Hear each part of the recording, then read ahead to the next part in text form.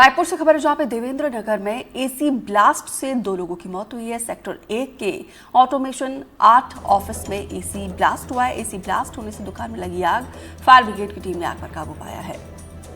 तस्वीरें हम आपको दिखा रहे हैं। यहाँ पर देखिए एसी ब्लास्ट होने के बाद से किस तरीके से अफरा तफरी का माहौल। फायर ब्रिगेड की टीम ने कड़ी मशक्कत के बाद आग पर काबू पाया, लेकिन तब तक काफी नुकसान हुआ। रायपुर का देवेंद्र नगर ये इलाका है।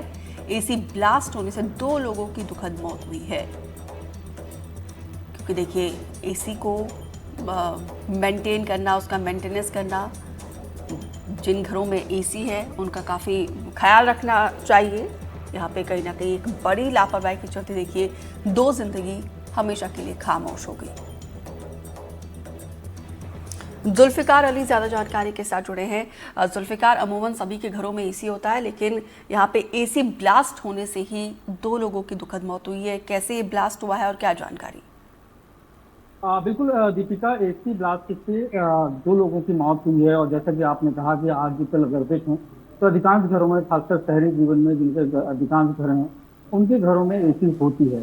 क्योंकि देखें तो जिस तरीके से इंडस्ट्रियलाइजेशन हुआ है और जो तापमान बढ़ा है, तो लोगों की आदत भी हुई है कि पहले अपने रूम को चिल्ड करने के लिए, ठंडा करने के लिए 1 घंटे 2 घंटे एसी चलाई जाती थी। लेकिन अब स्थितियां ऐसी हुई कि 24 घंटे एसी चलता रहता है। और कहीं ना कहीं, जैसा कि आपने भी कहा कि मेंटेनेंस जरूरी है, तो यहाँ पे भी जो एसी में ब्लास्ट हुआ है, तो हो सकता है कि उसका मेंटेनेंस ना किया गया हो, काफी लंबे समय से मेंटेनेंस ना किया गया हो, और लगातार, क्योंकि ये वर्किंग प्लेस है, तो 12 से 14 घंटा एसी चल रहा हो, तो किसी कारणवश उसमें ब्लास्ट हुआ। हालांकि ये पूरा जांच का विषय है, पुलिस इस पूरे मामले पर जांच कर रही है। और जिस तरीके की जानकारी आई कि एसी में ब्लास्ट हुआ और उसके बाद जो दुकान थी उस पर आग लग गई और जिसमें 2 जानें चली गई हैं।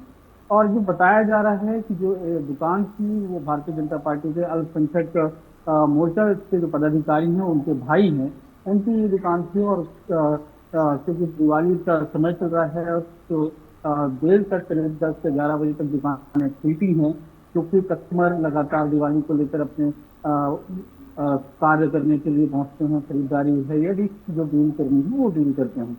तो ये हादसा हुआ, तो उसमें 2 लोगों की मौत हो गई। हालांकि अब पुलिस और फायर ब्रिगेड की टीम जांच में जुटी है कि आखिर ये ब्लास्ट क्यों हुआ, कौन सी ऐसी वजह थी जिसकी वजह से ब्लास्ट हुआ और 2 लोगों की मौत हुई। ठीक है।